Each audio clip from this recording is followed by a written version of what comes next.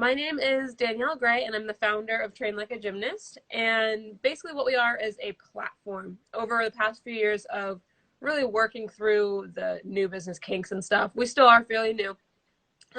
We really want to be a platform and a community for former athletes, former cheerleaders, former dancers who love the sport, miss the sport, and feel like they want to be able to still train in that way. So hence Train Like a Gymnast.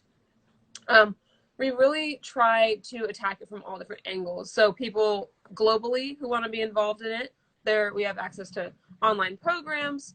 That's my cat, sorry. We have access to online programs. We have digital summits where you can train at home in real time. But then we also have access for people who are, in the US, and we've got retreats. Our goal was to do traveling workshops this year and just like go all around the US and teach these workshops, and it was going to be so amazing. And yeah, so that's kind of on pause. But yeah, retreats, workshops. We're looking into a few more things that I can't really announce right now because I don't want people to steal my idea, but it's going to be really fun. And so we're just basically a platform for the adult gymnastics community and showing that you are more capable than you think you are, and that just because you're an adult doesn't mean you can't do gymnastics anymore. Nice. You said so many things in there I could like run in like so many different directions with. But the first one I want to touch on, because I love your business mind, I love what you're doing conceptually. I have a friend who ran types of business like barbershops and stuff like that, not in the fitness industry, but he always challenged me when I had an idea. Like, even if it's a secret, like he would still say it when it's in the secret mode or if it's in that development phase, because he knew that even if someone took the idea, it still wasn't going to be as good, delivered as well as professionally, that sort of thing. So I'm not forcing you to divulge what your secret is, but I love that idea of just being so confident in your model and your brand that like I can give you my blueprint and you're still not going to do it as good as me. Yeah. No, I have it trademarked. I have the brand trademarked. It's just how we're going about it that it would be technically confidential IP. So it's like I can't even really tell people outside of the project, but cool. It's in the works, and you might see it someday soon in the next year or two. The other one is just a certification program long term. It's going to take a lot of work. So we're just finding anybody who is a sports psychologist, anybody with PhDs in like the mental aspect, because we train our athletes holistically. So like not just the physical, but the mental and emotional as well, especially with our retreats and our workshops. You do the full thing. And so with the certification program, we're just wanting to educate coaches from the ground up, because a lot of times right after you retire from gymnastics, you end up coaching at the gym that you went to. So like these 15-year-olds are teaching 3-year-olds and 7-year-olds, and if they don't have any experience besides just being coached themselves, they're probably going to fall into patterns that their coaches like taught them, because they don't have any other frame of reference. Right. And so if we're able to create this Train Like a Gymnast certified, at least they'll have a foundation. And then this would also be for gym owners, personal trainers, for how you train an athlete, a bodyweight athlete, as a whole human, instead of training like a group. You're training the individuals in that group. So that is just, again, like that's going to take a long time. So we're in the beginning stages of that. If you are a sports psychologist, or a sports psychologist or nutritionist, registered dietitians, anything like that, definitely come my way. Yes, or just like wave your hand in the comment section so we know to follow up with you afterwards. So, and that sounds like, that's such a holistic approach. I love that. Just as a coach, we talk about coaching from 360 degrees, and just the in the personal training world, some of the, I guess for lack of a better word, worst personal trainers are those who have just trained in one sport and they just know one way of looking at it, and they train everyone to be like a fitness competitor, right? Like, so we need to really be able to, like when you're a podcast, you're saying, and it's a catchphrase in Pilates too, it's like train the body in front of you. Right? And so you're not imposing your style upon every single person. You can see who's in front of you and you can train them in that way.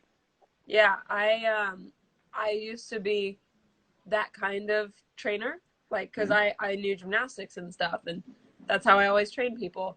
And like even in college, that's kind of when I got my start in like fitness. I wasn't entirely sure, had no kines background. I didn't know entirely what exercises work certain things. So at that point, I was just like, hey, well, I can teach you this. But then when people were Yes. really trying to be like, I want to look like this, I'm like, well, I know how to help you do stuff. The aesthetics just kind of comes, but Right. that's kind of my philosophy. Um, is really working on skill based training, Okay. because then the aesthetics comes after that. It's kind of a side Yes. effect, and it's like I tell people, you were not doing, like you did football, right? You were not doing football to look a certain way or have big arms. Like you, that sounds weird to think about it. Like you were No, it's true. doing your sport to have a skill to perform a certain way. And the benefit was, you had strong this and that, you had a six pack, you had chiseled on, like it's the Side effect. it's the side effect of it, and it's the skills and the results that comes from you just doing something you love. And that's what's so Yes. important, is when you're doing something you love, you're going to do more of it. It's not going to be a chore. When you do more of it, you get more consistent, and then you see those results naturally. Yes. So you must be big on habits then. Yeah, habits, lifestyle change. I call certain things with clients called pivotal practices. Okay. So what are the things in your life that you absolutely have to do every single day, every single week? Bye, Bo. High and by. Yes. Try and buy. Um, and what are the things that you have to do? Not that it just would be nice to have, but the things that you have to do in order for your wheels to not fall off your bus. So Yes. if somebody realizes like, whoa, everything's going great in my life when I run a mile a day, and then Hmm. you go a week without running a mile a day, and like everything goes up in flames, or you start getting, in fights with your spouse or something like that, right? Right. Where you think, all right, things are going so well right now. Hmm. What's going to happen? Whenever you're in those moments where you're kind of like that foreboding joy is happening, Yes. you have to identify, what are you doing in that time? What are you Yes. doing in that moment? And what are the things that are going to keep you there? Um, that are just like pillars. Like maybe it's eating 3 times a day. Maybe it's Hmm. getting at least 7 hours of sleep. Like these are the minimum. So it's Minimum. like, it'd be nice to have 8, but you know that you can still be at your peak performance when you have 7. Make it 7. Um, Yes. so so I do that work one-on-one typically, or with the group setting and retreats, to identify people's pivotal practices, because they're all different. Yeah. Some people Oh, can do absolutely. 5 hours of sleep. Some people need to hydrate. Some people, um, there are all these different categories. There's the basic, there's the external, and then there's twisted. And Hmm. twisted are the ones that we might be a little embarrassed to admit publicly or say on national TV. Like, I have to have my hair and makeup done um, before the day starts, because then I'll just show up more confident. I'll be my best self. Yes. Or I need to have my hair extensions. I've heard that one before. I need to have my hair extensions in to be my best self. Right. Um, yeah, I need to show up better than. I need to win, certain things like that. Hmm. Keep people at their peak. And it's like, okay, what if you're in a situation where you can't win or you're not the best? Yes. For me, like showing up better than is one of my twisted ones. And so my boyfriend was like, well, what if Simone Biles walked into a room? You're going to tell me that somehow you're going to be the best? I'm like, I would have to play a trick on my brain in some way Yes. and be like, I am the best me in this room. I've got, Hmm. I don't know, I have to find a way to make it appear that I am better than it. Because otherwise, if my self confidence tanks, it just it makes me a smaller person. I do not show at my best. I'm not performing Yes. in the way that I can. So when I teach this to my clients, I really help them figure out how to play, not necessarily tricks on, but tricks on your Yeah. mind, so Absolutely. that you can stay in that zone. Yeah, I What are love that. yours? What do you think would be yours? Pardon? What do you think would be your pivotal practices? Well, I have a few of them. One of them is journaling, Yep. So that right? would be a basic. That's my basic one because I know that when everything is swirling around in my head and I'm just trying to grab concepts and business ideas and relationship stuff, I need to capture those things and get it on paper. So journaling is one of those things. Yeah. So I find if I have that in place, then I'm good. Movement's another one. Like I have to move. I have to train hard some days. I have to just just do some mobility stuff. In some way, I have to move. I have to get in my car. I have to go for a drive. It just helps me to just Mhm. clear my head, right? So I have a few of those, and I feel like those are so pivotal, and I think I'm pretty aware of what they are. Yeah.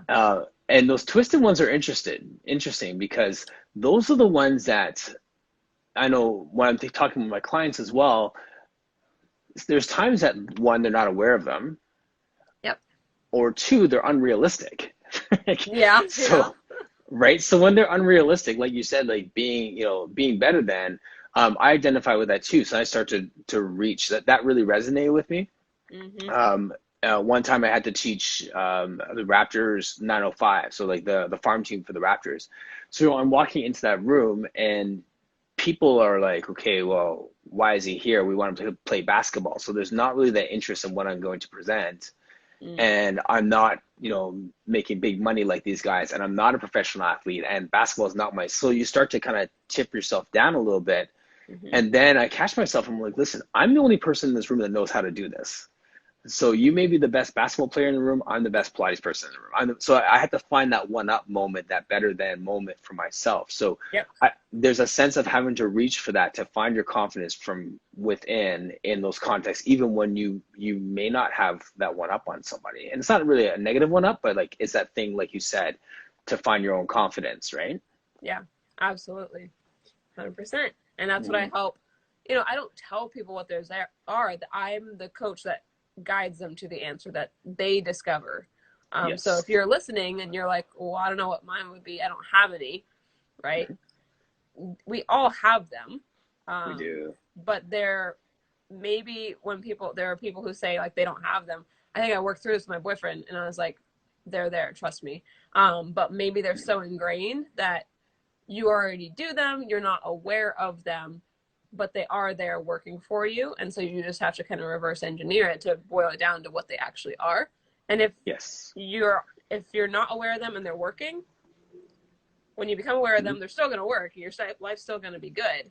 Mm-hmm. But it just makes it so that when your life starts to be less than desirable, there's no self judgment. You're not judging Yes. yourself. You're literally just, oh, I'm not doing this anymore. Mm-hmm. Let's start that again. So it makes Right. it more so that you don't have to identify with failure. I'm less than, I'm not good enough type of stuff. So you're just like, oh, I need to pivot my thinking to this. Oh, I need to get back on my exercise routine. And you just Yes. have the answer. So then it Yep. makes it a lot less, I don't know what the word for it is. It's easier to complain than to do something about it. So Yes. when you know the answers, it makes it less like, oh, I don't know what's going on. Like you know exactly what's going You on. don't get stuck in that point. Right. You Yeah. can Yeah. if you don't execute, but a lot of times I'm working with athletes who their job for their entire lives has been to execute. So Is to execute. Right. they just need, someone to tell them what to do and then they execute. So, Right. I yeah. think of there's some other components in there that I'd love to talk about. One is forgiveness, when we have an understanding of what it is and we just don't even, we miss the mark with those things that are supposed to help us in those pivotal practices.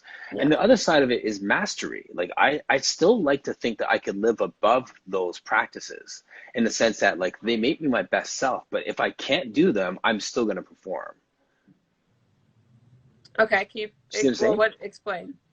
Well, what I mean by that is that if I have, let's say, I'm going to speak, or here's a perfect example. I do my core conversations every day, and I like to kind of prepare and have like some time to just kind of reflect and think about some questions I want to ask, and I have some good questions for you later, all those different things.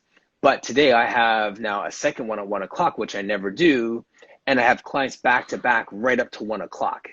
Mm-hmm. So now, am I going to be able to perform without my half-hour prep time and reflection time and planning time that usually allows me to have my best performance, so to speak? So even though I have my best practices, I need to live above it because I'm not afforded the time to do the things that make me feel like I'm my best self. So what I would say to that is that would not be a pivotal practice then. That would be something that's nice to have, right? Gotcha. So the pivotal practices are literally the basic external and twisted needs of us. It's like, yes, it's nice to have 30 minutes of prep time, but if you had to do without it, you could still perform. So then that just gets wiped away entirely, where that's Okay. no longer a pivotal practice. So then what is it that keeps you there? Is it working out beforehand or getting up early enough? Or is it just you having the confidence to know that you can do it, like on the fly? Like you just know, Right. like there are certain things that are in this. Maybe it is you're doing your research, which you've already done beforehand, before the conversation, to ask us and find us, you know? Right. So you having that prep time is no longer a pivotal practice because it's just nice to have. Gotcha. Yeah. These are literally the things that make, like that little dog meme in the kitchen on fire. Like, Yes. if you don't do those things, you will be that dog. That's, Yeah. yeah, that's what you got to find. So, like, a lot of So times people, yeah, it's like, oh, working out 5 times a week. I'm like, if you worked out 3 times a week, would your world go up you in still be flames? right. No. Okay, so then you bump it down. You find that bare minimum. Right. Yeah. So I gotta boil that down some more. Mm-hmm. Hmm. Yeah. Because that 30 minutes, I know you're still going to do fine. You may feel unprepared, but that 30 minutes might not be necessary for you to still have a great conversation, because conversations happen every day. Right.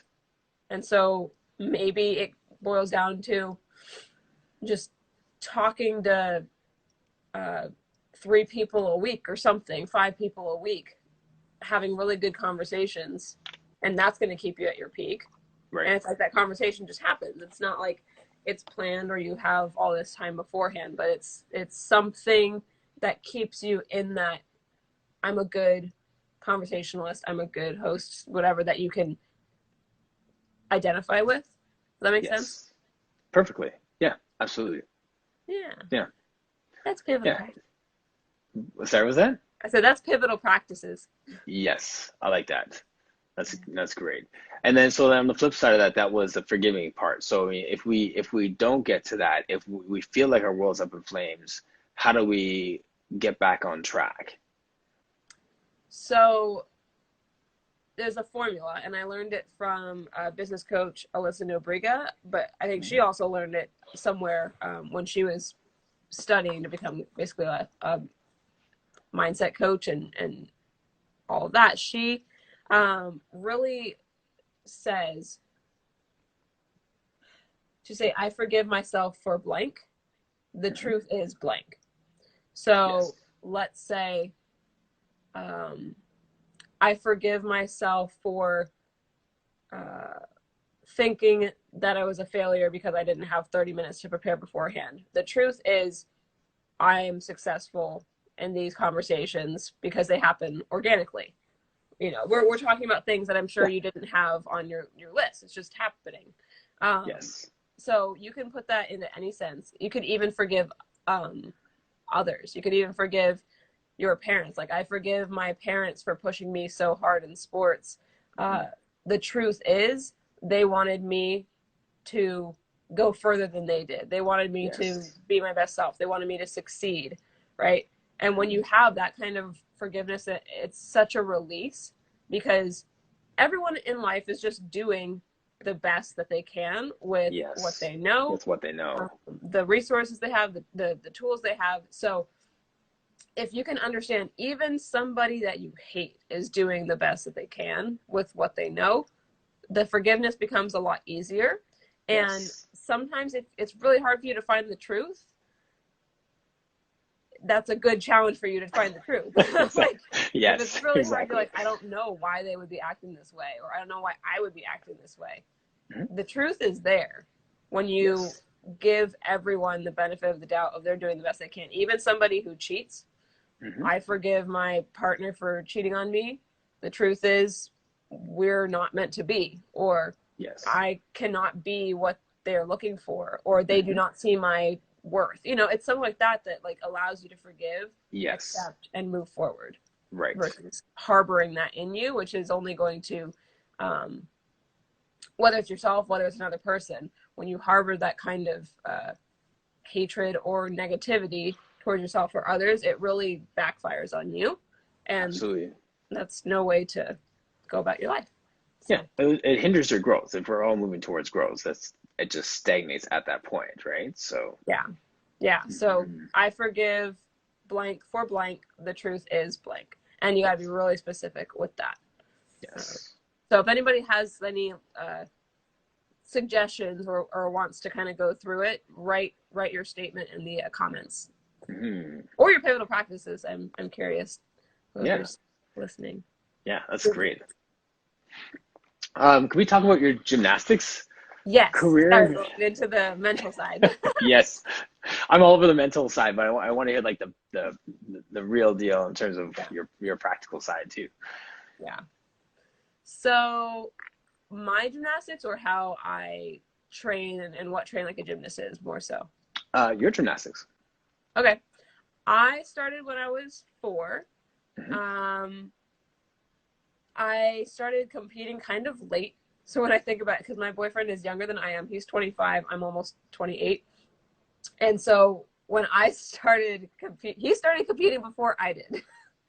Okay. And it's like, but it's okay because I had to have this life. So it's like, I forgive myself for thinking I didn't start early enough or didn't go far enough. The truth is, I had to have that life to have the business and change the lives that I am now. Like, I get it. Exactly. Yes. So I could do the same thing for myself. And the more you practice this, the better you get. So basically, I trained up to level 8, which is 2 levels before collegiate style gymnastics that you typically see. And I, at the end, really, I didn't fall out of love with the sport, but it was my environment. It was my coaches. It was my teammates. It was how I was around the sport, basically, that made it be a chore. I didn't look forward to practice. So therefore, I rode my talent for as long as I could. Then it became hard work. And when I was no longer enjoying it, the hard work, right, became even harder. I was not motivated. It was not a fun time. And so my coach said, like, why don't you take a 2-week break, come back, see what you think after that. So then took the 2 weeks, said, I think I want to come back. She's like, I don't think you should. And that was the end of my gymnastics. Wow. So that was very abrupt, and I was not expecting that. And for me back then, I didn't think, it's a lot more common now to just change gyms, blah, blah, blah. But I am an only child, and I came from a single mother, and I was raised by a single mother, and I didn't want to burden her with having to drive farther, especially when she worked like the opposite direction. And it in reality, now that I can drive and stuff, it's like 20 minutes away. It's not bad. But for me, that seemed your like perception at that time. Of course, exactly. Yeah, time and like where things are. I thought there's no way I could go to that gym in Santa Monica when I live in Manhattan Beach. Like, it's 6 miles away. Right. But yeah, if she's working full time and maybe we can't figure out a carpool, like maybe it was going to be too much. So I never thought that I could really change gyms. We tried one time in a different gym and I didn't like it. So that was kind of like, that one time equals all gyms apparently. Right. So that was. Sorry, how old were you at this time transition? We tried another gym, I think when I was like probably 8 or 9, because the gym that I was going to like wasn't moving me up to team. So we're like, okay, let's. Oh my God, hi! Scared me. The team that I was with was not moving me up, and so I figured all right, maybe this other gym will. I didn't like it; just felt wrong. It felt like I was cheating on my gym. So I ended Okay. up going back, and then that's where I stayed until the end of my career, which is fine. I started. I ended up missing it after a couple of years of doing acting and dance and stuff, and I got into judging and coaching. And I had always worked for UCLA Gymnastics. I volunteered, but then I started working for them Okay. during the meet season. So I started getting, getting back into the gymnastics world, and it was nice and familiar. Went to college at USC, and then I got a job in online marketing. So I'd always been good at that kind of stuff. I majored in PR, and it's like, let's just, why not do that? Because that makes sense. Yeah. And then I was realizing, like, I'm sitting in the office all day. I'm barely seeing the sun. I'm starting to expand on my chair. This is not okay. I'm getting winded going up the stairs. Like, this is unacceptable. So Right. I got certified as a personal trainer, and I'd started training on the side. And I realized I was training in the bodyweight functional gymnastics style anyway. Yes.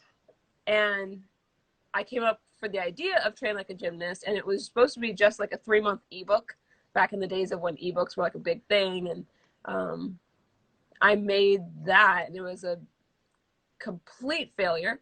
Okay. Like cost over That's all part of the learning $1,000. process, right? Yeah, it was. And so now I still use that. Like, if you want that that ebook, like, it's a part of our bundle that I made in Yes. 2016, but it's a part of a guide bundle that you can get. You So just it's kind of still, slide it in there, eh? yeah, it's still an asset. It's just not what it was intended to be at all back Yes. in the day. So then, I was still, I left my full-time job, jumping into the unknown. I was like, I would rather try fitness full-time than fall flat on my face. Yes. And fall flat on my Then face than not try. than not try and be stuck here and feel trapped for like 20 more years. So I thought I was going to be homeless after that. I was like, how do I get clients? I had no system or structure for anything. And I ended up starting to work for Equinox. So I worked there for 2.5 years, learned a lot, became a better trainer, got certified in more things, dealt with like high profile, successful people. So I was in that environment. I was around people who were succeeding. Good systems too, right? Exactly. And I thought that I wanted to open a gym, and nope. But I learned how to run a gym and that kind of thing. So once, kind of overlapping, I kind of do this. I'll start a side hustle, and then once that starts to take off, I'll stop Yes. what that is. So versus Yeah. having an idea, stopping completely. Some people that scares the crap out of them, which I agree, that's totally fine. I had a good savings. I started while I had security, and then when I saw things were taking off, that's when I made the switch.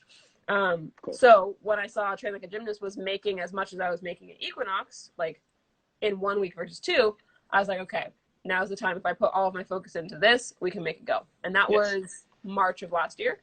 So really, that recently? Yeah. Good for you. Yeah. Solid. So it's going still. We're making it work. And that's kind of where we're at today. Now we're doing all the things that I mentioned in the beginning, the in-person side, the virtual side, the community building. We have an ambassador program of like over 60 girls who are our TLAG team, who they're just all these basically our ideal clients around the world who train like gymnasts, love the sport, or former dancers, cheerleaders, or gymnasts, and they all share these same experiences, so they get each other. Yes. My friend Joel there, JC Vitale Method, is a gym owner, Pilates instructor, coach, all that stuff. And I just hear you talk, and I'm really impressed by your business acumen. I didn't know that Train Like a Gymnast was running for like a year. If you look at, guys, if you check out her site and see all the stuff, it's so polished and it's so connected and so community oriented, so we oriented. It's great. It really, really is good. And so with that, I think that's awesome. One of my mentors had said that, you're not a personal trainer, you're a business owner, and your product happens to be fitness. Right? And I hear that in the way that you're bringing this across, is that like this is your product right now. Like this product can make a pivot and be something totally different, but you're still going to carry who you are, your passion for gymnastics, your passion for the sport and the community and those who are no longer competing and all those different things. And it's great. That's really, really encouraging to see. So Yeah. So like keep doing we it, man. started with that ebook in 2016, and then we Yes. started doing like challenges and like an actual program in 2018. And then we kind of dissolved that at the end of last year, and now it's like DIY, and we've really made a pivot this year, especially because of COVID. So the brand is very fluid, and that's why I want it to be a platform. We've got Stretch Like a Yes. Gymnast, we've got Press Like a Gymnast, and that's the thing. If it just revolves around gymnastics, there are so many ways, especially because the name is Train Like a Mm-hmm. Gymnast, and there are so many aspects to that. Um, Yes. that it is very fluid, and I'm thankful that, because we also have equipment. We've got little kits that have I saw bands, that. sliders, Yeah. and And yeah. So on, it's, and we might get into apparel. Like there are so many possibilities that it's you're gonna see this brand for a long time. That's my goal, I is believe that. to really make it a concept, a way of life, and a community, adult gymnastics community, and maybe we'll get into kids someday. But it really is, our demo is really the adult gymnastics community. Yes. Have you thought about just going back into coaching and kind of redeeming that community that you didn't have when you were in the gymnastics competitive area? Like coaching kids. Yeah, coaching kids. Why? That's a long pause. Yeah, like That's going back and coaching for $15 an hour, like for 3 hours at a time, it doesn't make sense to me. Now doing yes. clinics, Hmm. yes. Right. Doing clinics or like little camp things. Like if we did, Train Like a Gymnast retreat that was for kids, and then one for adults, like weekend one, weekend two, that is Yes. definitely a possibility. But Hmm. when it is just coaching rec classes or a team practice, like it doesn't make sense for the goals and how I want to impact this world. Because the more lives I can touch and change, the bigger impact I can leave and make a difference. Where if I'm just working with like 20 kids every couple months, it's limited. And Absolutely. oh yeah, I it's, follow you. That's really the main thing that I look at too is impact. Like mm-hmm. even when I'm negotiating a job, or like I'll jump from opportunity to opportunity because of the scope of influence that I can have within that Yeah. realm, and that's exactly it. And that's why I asked that too, because I mean you see that there are the two parts to it. Like sometimes we get into things just because we want to write the narrative on our past history, Mm-hmm. and the other times we get into it for, like you're saying, like what's the biggest scope of influence I can have, what's the biggest Yeah. impact I can have in this area of my passion, right? So Yeah. yeah, Yeah. That's yeah. I like it. So and partnership too, right? Like it looks like you have a pretty good team around you as well in terms of people who are helping you like with the infrastructure and expanding this as well. I mean, yeah, my team is incredible. It a lot of it is me.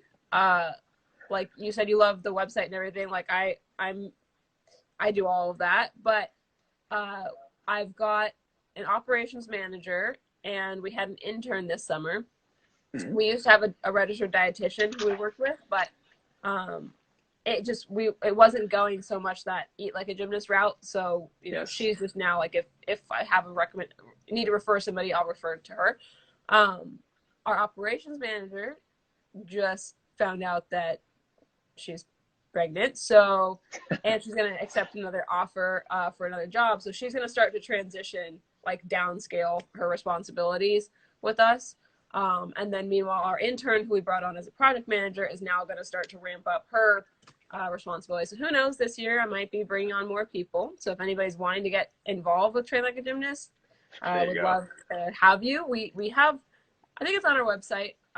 We have a way for you to apply. You can almost like create your own position. Like tell me what you're good at. Hi, Alex. We just do a lot of virtual stuff, and I'm really wanting to find specialists in this area, like somebody who's really good at HR, somebody who loves social media, like people who have these niches Yes. are are who we're looking for, because I need people smarter than me in these areas. Because if I'm the smartest, my business is limited by what I know. And I need people who are aligned with this mission and who really want to grow the adult gymnastics community, grow this concept of training like a gymnast, and take it further than I can. That's my goal. Amazing. On your podcast, when we were talking, I was listening to it. I hear a lot of the gymnasts and ex-gymnasts refer to themselves as gymnasts and ex-gymnasts. Mm-hmm. And from my kind of path playing football, there's a point in which I had to accept the fact that I'm not a football player. I'm a person who plays football. Yeah. That is a more involved dialogue for gymnasts. I can appreciate that because just the nature of the sport and stuff like that. But is that something that you've had to wrestle with too? Is like your identity around being a gymnast? Mm-hmm. That's a very common, the identity crisis that happens after you retire. The majority of people who, cause I do basically market research calls with people, and I'll ask them, do you identify as an athlete or a former athlete? People still identify as an athlete because they're athletic. Even if they're not competing, they still identify that way. Like, that is who I am. Yes. As far as the gymnast, it varies, because some people are like, I'm not in a gymnastics gym anymore, so I am no longer a gymnast. But there's a hashtag, a very popular hashtag. It's hashtag once a gymnast, always a gymnast. And that one is pretty much like you are. Like, how come, like, you can still do back walkovers or back handsprings or stuff. You can still do skills. So why are you no longer a gymnast? Well, one theory I have is that our society has been so conditioned over the past, even with the new series out on YouTube called Defying Gravity, they're talking about how, in the 60s and 70s, the women's gymnastics, like Olympians, looked like women. They were married, that kind of stuff. They looked like women.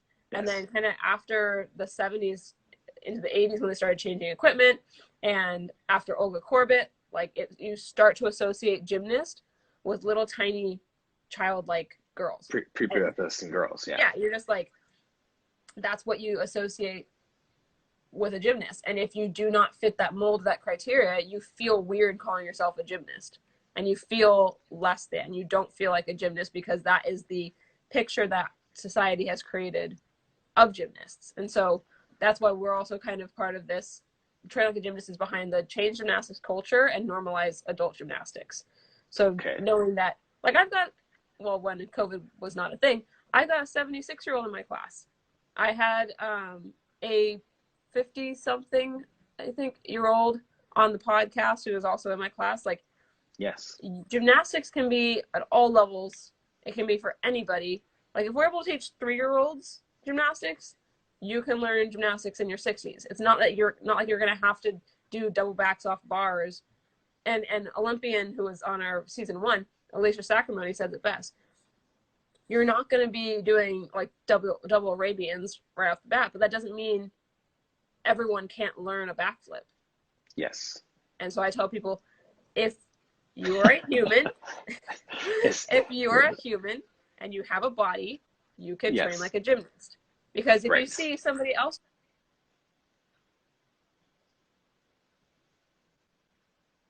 I am back. That alarm is 7:45. Yes. So if you see another human doing a backflip, you now know that it's humanly possible, which means that you have the capability to do it if you train like a gymnast. If you learn the technique, that's the only thing stopping you. It's your technique. It's your environment. Do you have the proper skills and stuff?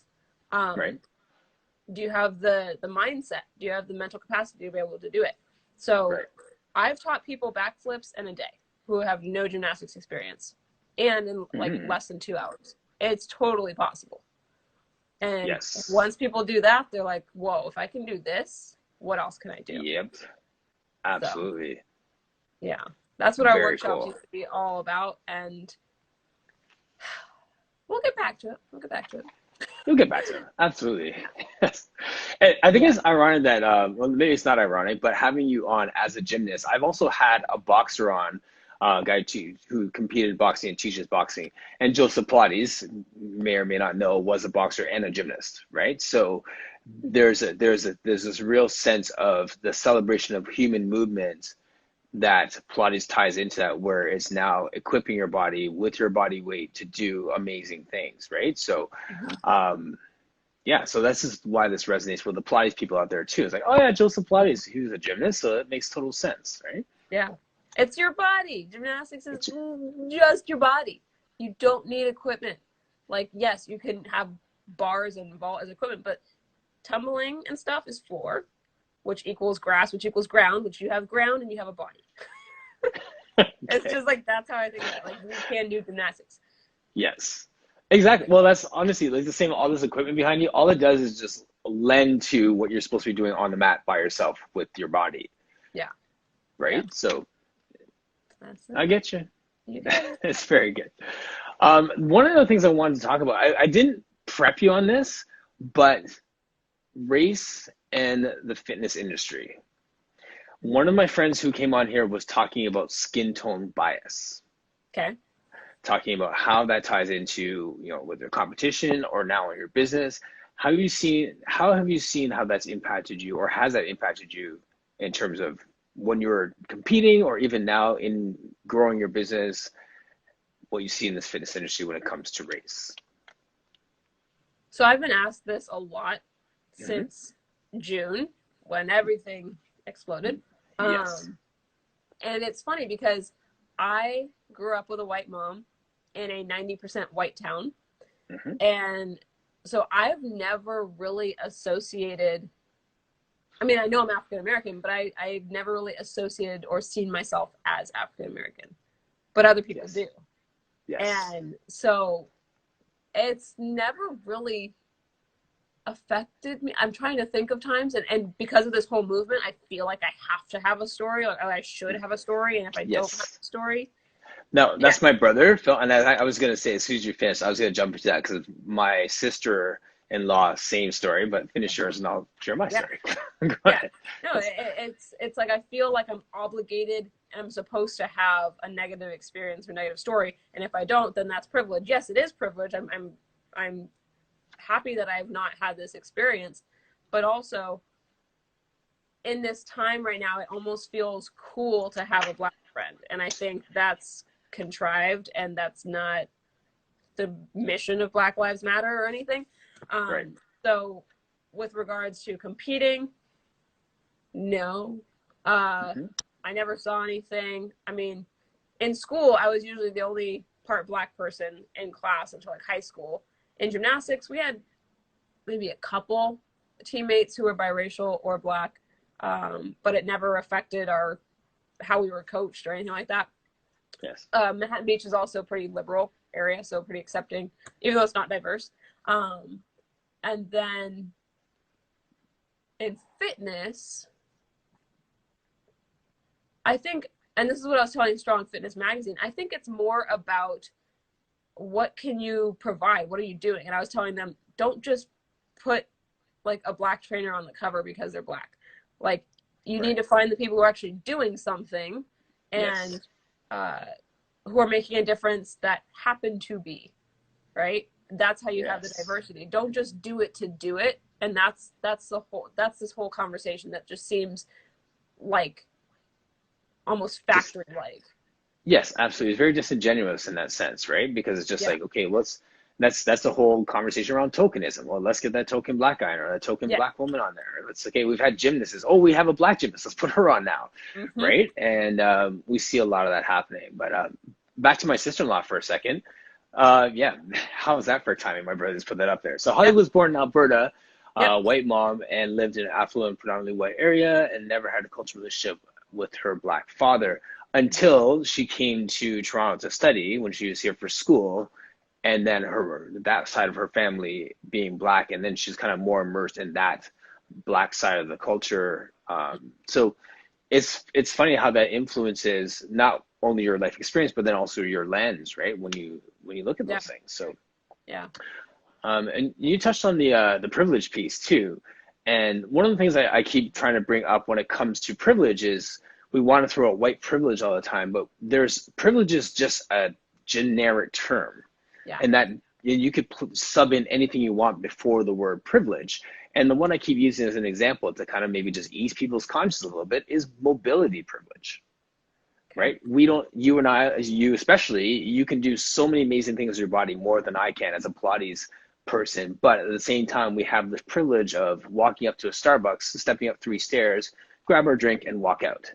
Yeah. When, you know, and if my friend is in a wheelchair and they happen to not have a ramp there, then we now be conscious of the fact that he can't come in. I stepped up 3 steps, didn't think about it. But I'm not advocating for ramps everywhere, but I have this mobility privilege, right? So that's the world that we live in. Yeah, absolutely. And I was just laughing because I heard you're out and about. Yes.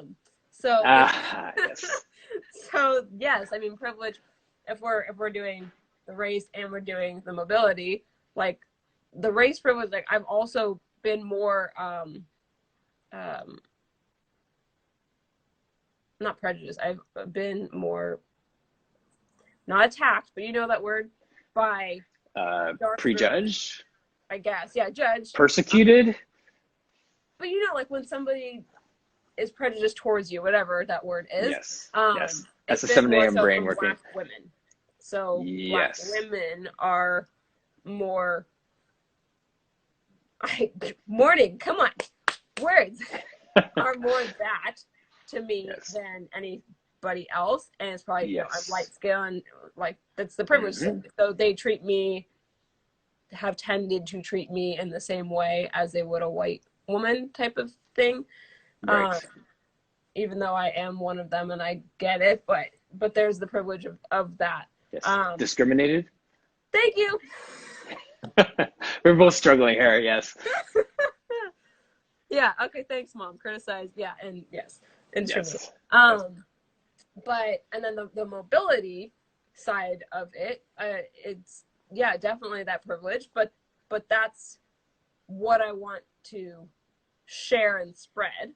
So just because I can do this does not mean that you cannot. And so that's all part of my philosophy, is showing people that they're more capable than they think they are. So whether or not you have a disability, whether or not you say, oh, I'm not flexible, I can't do that. Here's how you can be. Like, I look back at my gymnastics videos and I'm like, oh, I didn't have my splits. Why was it like 90 degrees? So it's not like I say that too for my splits. Yeah. No. It's like, it's not. If you say I'm not this, then I can't this, then that's just like you're accepting that is the way it is, versus being guided through how to do it. And a lot of the times, I think, I was just working with a client on this last night. She was like, well, I'm not certified. I've never worked with somebody one-on-one before, so that's what's holding me back. So I'm like, that's literally the same thing as you saying, I've never been to Egypt before, so I can't go. Right. She was like, that does sound really lame when you say it like that. I'm like, yeah. So if you tell yourself that you can't because you haven't done something, or, I mean, then that's literally going to stop you from doing everything. You're not going to walk because you've never walked before. You're not going to brush your teeth because you've never brushed your teeth before. That doesn't make sense. Just because you've never done it doesn't mean that you can't do it. And then on the other side of that is when you identify with what you can't do, like, oh, I'm not flexible. When you say I am something, I am not flexible, I am not blank enough, that becomes part of your identity. And when you're attached to your identity, your subconscious creates behaviors that align with that identity. So if you identify as an athlete, you identify as not flexible, then if you're not flexible, you might not stretch because you're just, I'm not flexible, it's not going to happen. Right. But if you identify, I'm an athlete, athletes don't eat that, athletes don't drink that, like your life just begins to change. So that's why identity is super important. And when you leave a sport and you lose that identity, then it's like, who am I? Then a lot of your behavior starts to change. So You need to understand that you're not even your own self. Like, I'm not even Danielle. I'm the consciousness that experiences this world as Danielle. So Yes. it's really meta now. But when you get into No, it's good. that, then you start to move. You think like when I figure out that identity. So I Yes. am this consciousness meant to experience this life and give in the ways that I have gifts. So like, I'm meant to show people that they're more capable. And whether that means through me doing photography, showing them that they're more beautiful than they thought they were, whether that Yes. is me training people and getting people to feel better than they thought they could, Hmm. or do a backflip they didn't think that they could, all of those things, anything that I do just comes back to like, that's my purpose in life. Yes. And that's what you need to identify with, because then that will dictate your behavior and how you live your life and see the world. And that is full circle right back to the beginning of where we started with focusing on performance as opposed to aesthetics. Yeah. Mm-hmm. Absolutely. That was 57 minutes, my friend. Perfect timing. Good. Nice.